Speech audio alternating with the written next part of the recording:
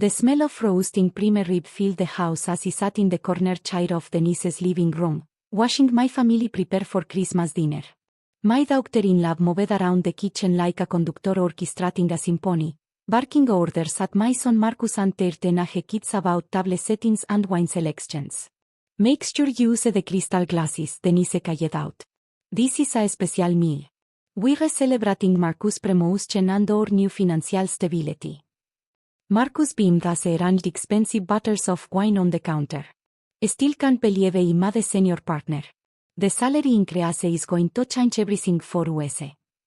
What they didn't know was that Marcus' promotion had been quietly arranged by him through my business connections. The lab firm where I worked had been struggling financially until it steered several major corporate clients their way. The senior partnership and salary increase?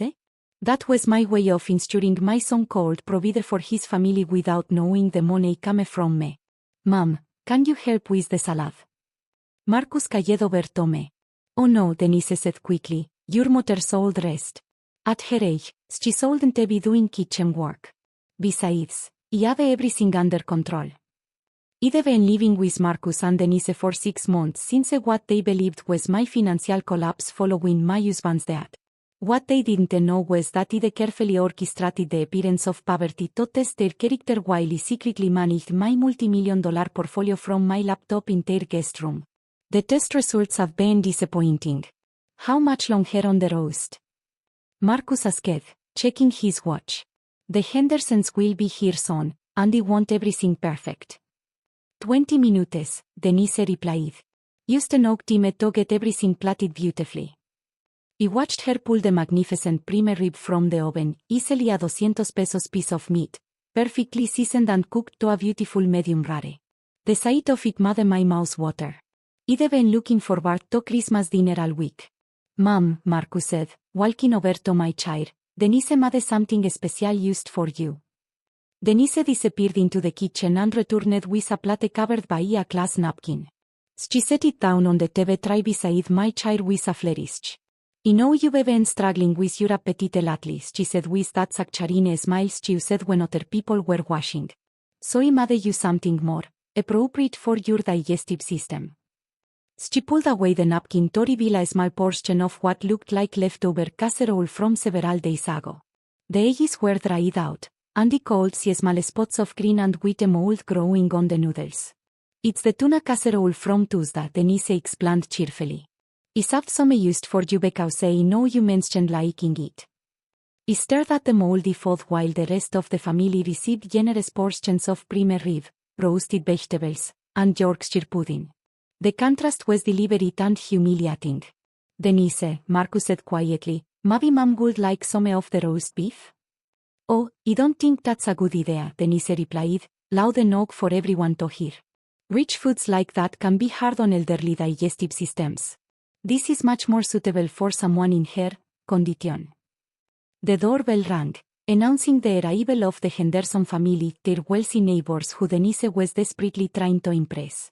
As they settled around the dining room table with its crisp white tablecloth and gleaming silverware, I remained in my corner chair with my table tray and moldy leftovers. Mrs. Patterson. Janet Henderson called out cheerfully when she saw me. How wonderful to see you. Are you joining us for dinner? Mom prefers to eat separately, Denise said quickly. She has some dietary restrictions that make it easier for her to have her own special meal. I took a small bite of the moldy casserole, feeling the bitter taste of spoiled food and spoiled family relationships. No one said anything. Marcus looked uncomfortable but didn't speak up. Their children and my own grandchildren avoided eye contact. This prime rib is absolutely incredible, Bob Henderson said, cutting into his perfectly cooked meat. You must tell me where you got it. Oh, we only buy the best, Denise replied. Now that Marcus is making senior partner money, we can afford to do things properly. I ate another bite of moldy casserole and smiled at Denise. She smiled back, clearly pleased with her performance. What Denise didn't know was that 3 days ago, I signed bankruptcy papers for the cell company that had been secretly funding Marcus' lab firm. The papers that would go into effect on December 26th. Taking down not just the fake company, but several other businesses that either deliberately entangled with it, including the investment firm that managed Denise's inheritance money, and the property management company that held the lease on their house. Hope's retirement treating you, Mrs. Patterson? Bob Henderson asked kindly. It's been very educational, he said, taking another bite of spoiled food. I'm learning a lot about family dynamics and the true value of relationships. Denise's smile widened. We're just so grateful we can help Mom during this difficult time. Family takes care of family, you know. Absolutely, he agreed. Family soul definitely take care of family. After dinner, while Denise was in the kitchen accepting compliments on her wonderful hosting and Marcus was showing off his new watch, bought with money that had ultimately come from me, I quietly excused myself to my room. I opened my laptop and logged into my secure banking portal. Everything was in place. The bankruptcy filing would trigger a cascade of financial failures that would systematically dismantle every aspect of their comfortable lifestyle. The law firm would lose its major clients. The house lease would be terminated. Denise's investment accounts would be frozen pending investigation of the cell company's collapse. By New Year's Day, they'd understand exactly what it felt like to eat leftovers while watching other people feast. December 26 arrived gray and cold. I was in my room, packing my few belongings, when I heard Denise screaming from the kitchen. Marcus! Marcus, get down here right now. I could hear my son's feet thundering down the stairs. What's wrong? The bank called. They said our accounts are frozen. Something about an investigation into fraudulent investments. That's impossible, Marcus said. We don't have any investments except your inheritance fund. That's what they're investigating. Denise's voice was getting eager. They said Henderson Investment Management has been accused of operating as a company that filed for bankruptcy yesterday. I walked downstairs to find Marcus and Denise standing in the kitchen, both holding phones and looking panicked. There has to be some mistake, Marcus was saying into his phone. This is Marcus Patterson at Harwell, Davidson y Associates. What do you mean our return payments bounced? Denise looked up when she saw me. Mrs. Patterson, something terrible is happening. Our bank accounts are frozen and Marcus' lab firm is having problems with their clients. Oh my, he said. That does sound serious. Marcus hung up his phone, his face pale. 3 of our biggest clients just terminated their contracts. Something about their payments coming from a company that's under federal investigation for fraud. What company? Denise demanded. Marcus checked his notes. Morrison Holdings LLC.